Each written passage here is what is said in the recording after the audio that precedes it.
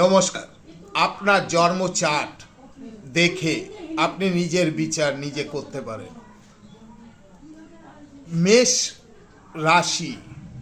রাশি মিথুন লগ্ন এবং বিষর ঘরে মঙ্গল বসে আছে, ষষ্ঠে বসে আছে রবি শুক্র এবং অষ্টমে রাহু।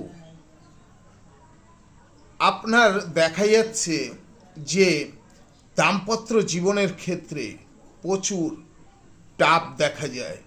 বিবাহের আগে অবৈধ সম্পর্কে আপনি জড়িয়ে পড়বেন। আপনার বিবাহে নানান রকম সমস্যা হবে।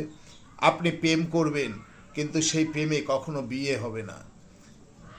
নানানভাবে আপনি প্রতারিত হবেন।